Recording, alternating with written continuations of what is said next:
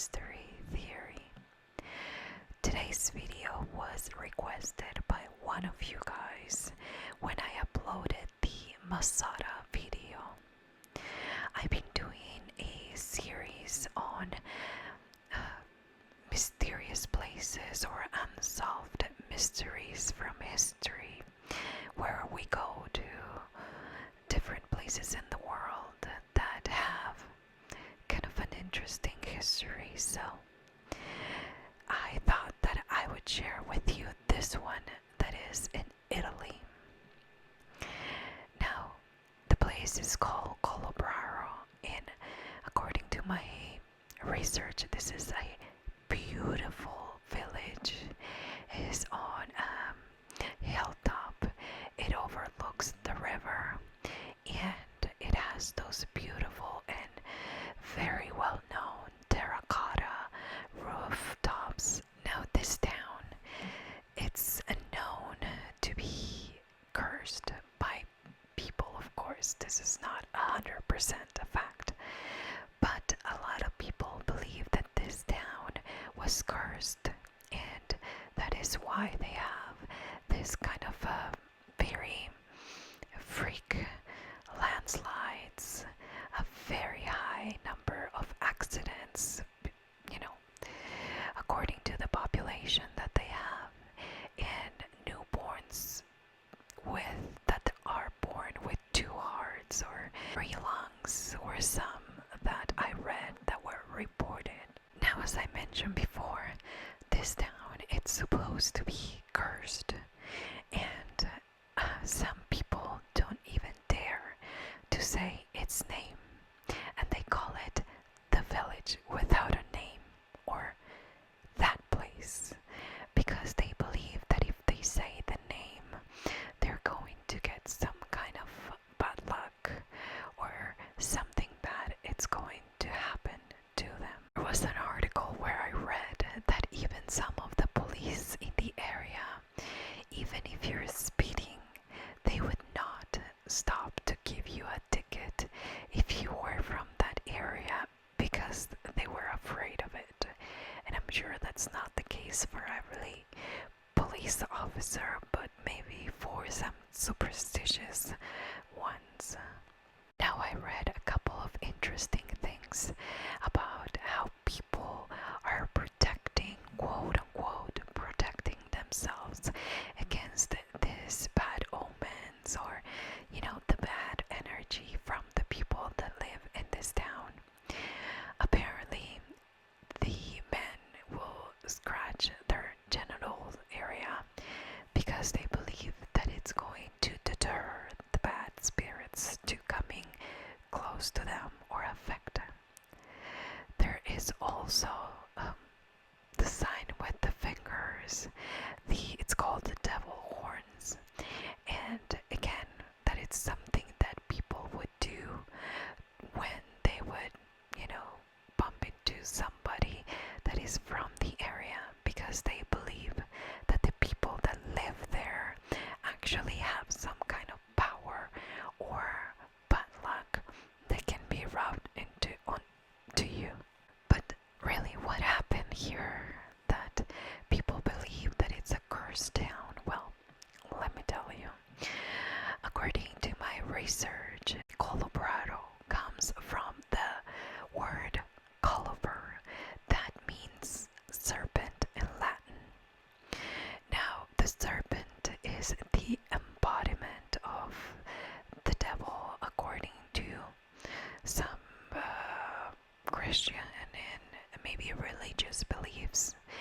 We do know that it goes back to the beginning in the Bible, in Genesis, when the devil took the form of a serpent, and we know the rest of the story. So basically, it actually starts with the name, but the real problems started at the beginning of the 20th century, when a very successful lawyer, and it's interesting because I've seen this in different movies. There's a lawyer that he never lose a case. I mean, he won every single case that he took, Biagio Virgilio. Now, he was very well known for not losing. He was very envied, and he was a little bit of a cocky character. However, one day in court, he said, "If I am lying, let this chandelier crash into the floor." And apparently he was lying, because it did. It crashed into the floor in front of everyone that was in the court. Since then, that lawyer got the name of the Unmentionable, and some people believed that he made a pact with the devil so he would win every single case in his career in exchange for his soul, and that he did it in the town. And that's why the town started to experience this supernatural or interesting things happen to it. So now the town became the Unmentionable town, and everything that happened after that was attributed to this incident and this unmentionable character. Now, let's move on to some of the things that the people believed that were going on at the time in the town. Well, one of the popular beliefs is that this was a witch's lair. Apparently, this anthropologist came with his team to Colobraro to talk to somebody who would help him get rid of I think he called it a bad eye. And he was doing some research, and he was digging something that apparently was cursed, and he needed to remove that from him. So he traveled all the way to Colobraro to talk to somebody who would help him. When he got there, he asked around, and apparently they directed him to the Lacatre. And this was and I'm gonna tell you how she was described, a wrinkly old lady, okay, that apparently had superpowers and could help him get rid of this curse or whatever that it was following him. However, when he made it to her house, he had a brief chat with her, and he left with his team because he believed that she actually cursed him again.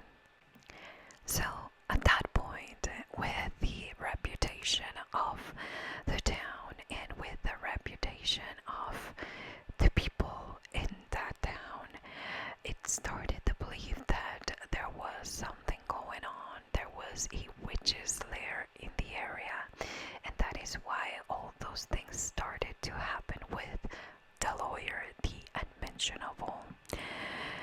Now, this spread all over, and people were starting to get even more scared about this town. They believed that they would get together and they will concoct some kind of spells, and that people would believe that the witches would go specifically to this place to do the rituals and things, and that they were getting all the bad energy and everything left behind because of those meetings that the witches were having. However, today there is still a descendant from Lacatre, and she's part of the tourist chamber, and she was interviewed, and she said that maybe her descendant was just old and maybe not that pretty and looked like a witch, but she didn't have any knowledge of her family or anybody for that matter being part of a witch cult. I have to say that you don't think about those things, but if around Halloween you watch Sabrina, gosh, that series was so hard to watch because of what they would say. They had, instead of say praise the Lord, they would say the opposite. I watched it for a few episodes and then I just couldn't take it anymore. It was just too much for me. And I get it, it's just a series and it's not real, but it was just too much for me. But that's, the story starts with witches living in an area and nobody in the town knowing, but a lot of freak things were happening in the town. Again, it's fiction, but it kind of reminded me of the series when I started to read more and more into it. Now, locals today, they call it spooky tales and things that people want to believe about the town and not a real thing. But the history tells you otherwise, with all the freaky accidents and things that were happening at the time. Now, I forgot to mention that for the anthropologist, he started having little accidents and incidents, and that's how he realized that he was cursed by this witch that he visited in Colobraro. So, these things started to pile together, and I think that's how people started, talking about this. But according to my research, this was a town of 5,000 people, and when all of this superstitious things started to, spread, people started leaving the town, leaving it with only 1,500 in population. So even if this was a tale, or if it was like an urban legend, or whatever you want to call it, it was strong enough, or the things that were happening in the town were evidence enough for the people that lived there to try to move away from it. Now, recently there was some kind of a research done by a reporter that took the time not only to visit the town, kind of get a feel of what it's like, but also to interview some of the older people in the town that still live there.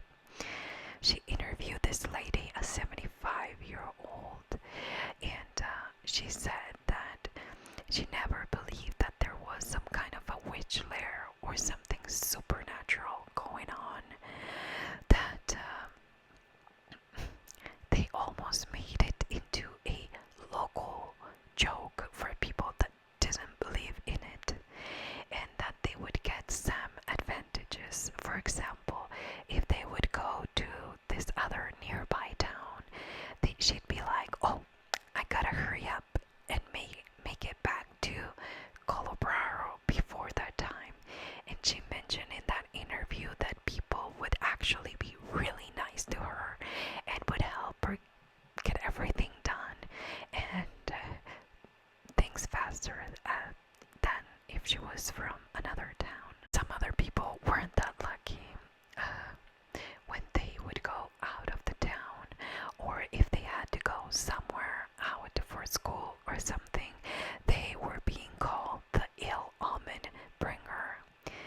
Apparently, the idea that this town was haunted, or it was cursed, I should say, it meant that the people that lived in the area was also cursed, and that they were able to share this curse with people that they did not like. So it's kind of interesting to know that they were being bullied if the people that were bullying them believed that, if they get mad at them, they could get this bad juju and, be miserable or cursed.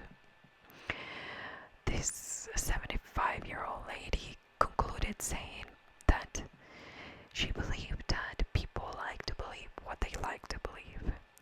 And if you come with an idea that it's cursed, that there are landslide and freaky accidents and, babies born with 3 lungs and 2 hearts, you are more prone to see things that other people won't notice, that may be even normal or a regular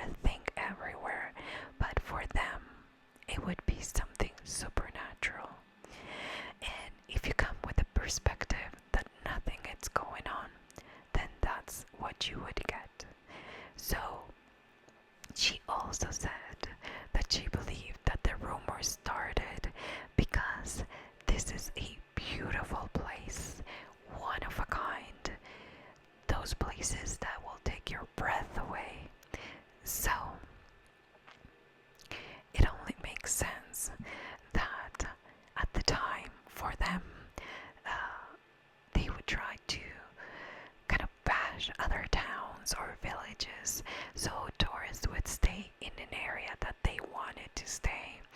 And she believed that all of this craziness started after the lawyer with that incident. That we have to agree that's not something that happened every day. And then it kind of took it to the next level and made up this whole thing about witches and curses and stuff like that. Some people even said that what the lawyer did was all something that was meant to happen, that he prepared the chandelier without some help so that would happen. So is that possible? Yeah, it's possible. But I don't think that he had in mind the idea that since then this was going to be the unmentionable town, and that he would become the unmentionable guy who just wasn't as popular as he used to before. Now, I think that to turn things around and to, I don't know, try to combat the bad reputation of this place, they have, every summer, they have a festival that they called the Night Dream Festival, where they tell stories about the witches, the curses, sorcery, and magic. This is an event that attracts a lot of people in the area, around in other towns, and from other countries, just to go see what happens in this unmentionable town. They even make quite a few bucks selling this kind of amulets and things that they could hang in their doors or in their houses to make sure that the omens don't touch them, or that the spirits or the curse. You know how in the Bible they would put the blood on top of the doors, I can't think of the word, of their houses so it wouldn't touch them. Well, pretty much the same thing. They came up with these amulets that you can keep, and some articles say that because of these amulets that people keep in their houses, that is why they stay safe, the people that's still there to live in the village without a name. Now I have to say that I believe it's possible that this can be something supernatural. I am not going to deny that. But I have to agree with this 75-year-old lady that people believe what they want to believe.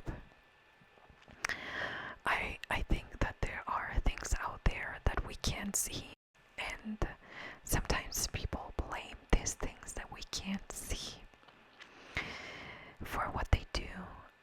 But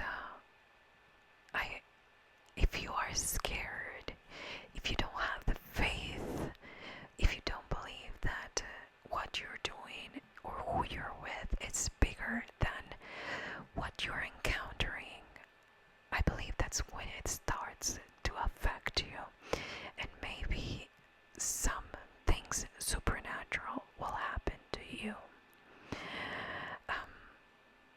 When we are afraid, we are prone to pay attention to the littlest, to the tiniest detail, and we will see things that we wouldn't if we were not afraid. So maybe this town was a witch's lair. Maybe this town was cursed. Maybe people in the town were worshipping, the devil or whatever they were doing. But it's interesting to know that the people in the town can't even believe it, or at least the ones that remained. But that there were a lot of people that lived in the town, and they experienced it, and that's why they decided to leave. So it kind of shows you both sides of the same coin, I think. They live in the same village. They live with the same neighbors in the same streets, same environment. And there's some people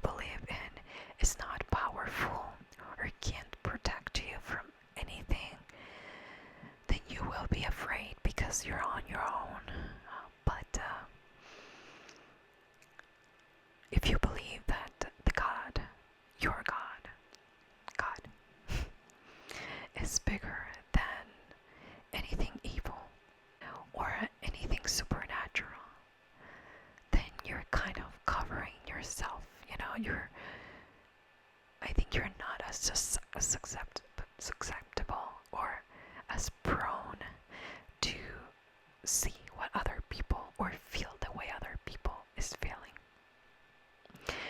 Are you from Italy? Do you know anything about this that I didn't share? Again, it's hard to share these cases when there is a lot of supernatural involved, because I am sure that there's some people that will be like, well, I was there, nothing happened to me. But again, we'll come back to perception and your personal beliefs and your security and how you feel other things have the power to affect you.